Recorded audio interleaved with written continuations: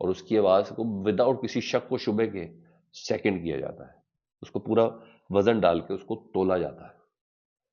یہ ایک چیز ہوگی. تو میں کہہ رہا ہوں کہ اسٹیبلشمنٹ اور ریاستی پالیسیز کے لیے ایک بہت بڑا چیلنج اور سرپرائز ہے جو ان کو ملا ہے.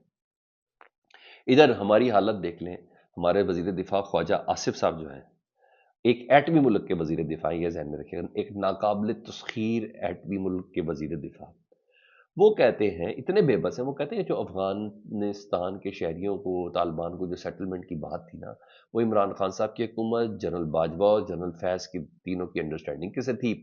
عمران خان جیل میں ہے، جنرل فیض جو ہے وہ گرفت میں ہے، جو جنرل باجوہ ہے نا، ان سے میں نہیں کچھ پوچھ سکتا. یہ پاکستان کا وزیر دفاع کہہ رہا ہے ریٹائرڈ جنرل باجوہ سے میں نہیں پوچھ سکتا، یہ صافی حضراتی پوچھیں، میرے تے پار جل دینے. سر یہ ان کی حالت ہے. پاکستان کا وزیر دفاع جو آئینی طور پر پاکستان کی ملٹری فوج سارے اداروں کا، جتنے بھی ہیں ہمارے سیٹ، ان کا ہیڈ ہے، ان کا باس ہے، وہ کہہ رہا ہے میں ریٹائرڈ جنرل سے بھی نہیں پوچھ سکتا. حالانکہ یہ خبر بذات خود جھوٹ ہے. میں آپ کو ایک بات بتا دوں، میں آپ کو کنفرم بتاتا ہوں، یہ بات بذات خود جھوٹ ہے کہ کوئی طالبان سیٹل ہوئے ہیں پاکستان میں، عمران خان صاحب نے کچھ کیے ہیں. یہ ایک معاملے پہ بات ہو رہی تھی، اس سے پہلے کہ اس پہ کوئی عمل درآمد ہوتا، اس سے پہلے اس آپشن کے اوپر کوئی سگنیٹری ہوتی، عمران خان صاحب کی حکومت جا چکی تھی. اگر میری بات پہ کسی کو شک ہے تو میں چیلنج کر کے کہتا ہوں کہ حکومت ان افغان شہریوں کے نام لا کے دکھا دے کہ جو سیٹل ہوئے ہیں. یہ کبھی بھی نہیں لائیں گے کیونکہ یہ ہوا ہی نہیں ہے.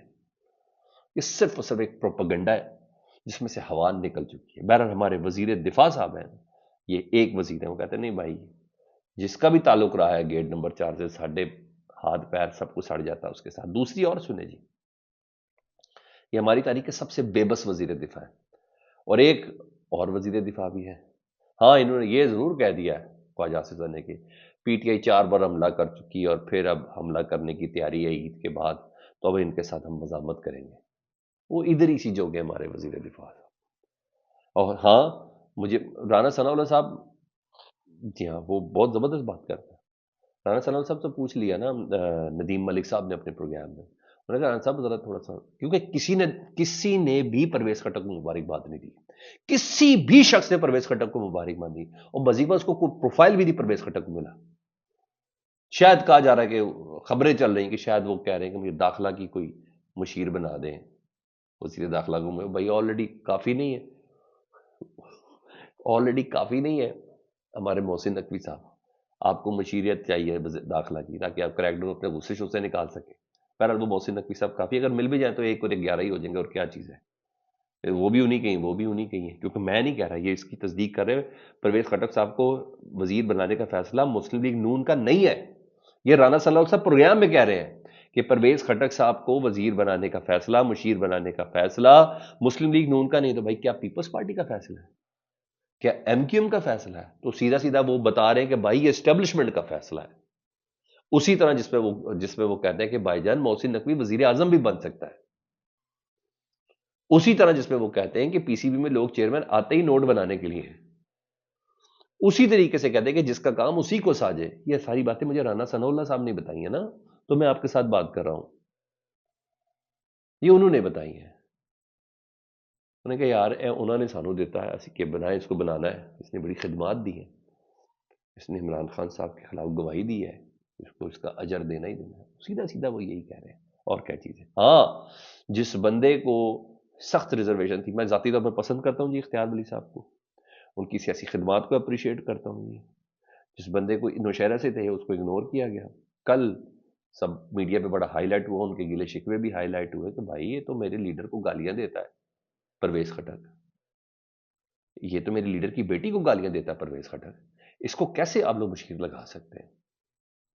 میں تو ساری عمر اس بندے کے مخالف ہو کے کھڑا ہوں، میں تو اسے بات چیت بھی نہیں ہے، اور آپ نے، میں سیاسی ورکر مجھے اگنور کیا. اس بندے کو بھائی جان یہ تو پیٹ پاڑ کے بھی تھے، یہ تو منہ یوں یوں کر کے بھی بات کرتے تھے. تو آج بھی سارے پیپلز پارٹی کے ساتھ اختیار ولی صاحب آپ پتہ نہیں کون سی نظریاتی سیاست کر رہے ہیں. لیکن بہرحال اختیار ولی صاحب کو کل بلایا تھا شہباز شریف صاحب نے، نہ صرف بلایا تھا اور ان کو کہا تھا آپ نے اسلام آباد کی حدود میں رہنا ہے. اور میرا خیال ہے سیاسی ورکر کو شاید تھوڑی عزت مل گئی ہے. میں تو کہوں گا صدقہ خیرات ہی ملا ہے. اختیار ولی صاحب اس سے بہت اوپر کے آدمی ہیں. وہ کہتے ہیں جی اختیار ولی صاحب کو کوآرڈینیٹر برائے خیبر پختونخوا امور تعینات کر دیا گیا. ایک کیڑی سیٹ ہے جی کوآرڈینیٹر برائے خیبر پختونخوا امور. تو بھائی مجھے سر بتائیے امیر مقام کیا ہے, مجھے بتا دیں. تعیناتی اعزازی بنیادوں پر کی گئی ہے, تو اعزاز لے کے کیا کرنا ہے؟ میرا اختیار ولی خان کی تعیناتی کا نوٹیفیکیشن وزیر اعظم کی طرف سے آفس سے جاری کر دیا گیا ہے. کل ان کی ملاقات میں اسلام آباد سے باہر میں یہ دیکھ کے لالی پاپ تھی ہے. میں کوشش کروں گا میری اختیار ولی صاحب سے بات ہو, شاید آج ہی ہو. میں نے ریکویسٹ تو کی بھی ہے ان سے کہ میرے پروگرام میں آ جائیں. ان سے ہم پوچھ بھی لیتے ہیں کہ وہ اختیار ولی صاحب کو یہ لالی پاپ کیسا لگا. لیکن بہرحال ایسا ہے. ادھر میں نے آپ کو بتایا کہ وہ اچھا خاصا ایک بن گیا, کیونکہ میں نہیں, وزیر دفاع نے خود کہا کہ پاکستان تحریک انصاف لوگ عید کے بعد دوبارہ سڑک پر آ رہے تو ان کے ساتھ مزاحمت کرنی ہوگی. تو بھائی سوشل میڈیا پر منفی پروپیگنڈا کرنے والے پی ٹی آئی کے مزید 15 افراد کو طلبی کے نوٹس جاری کیے جی.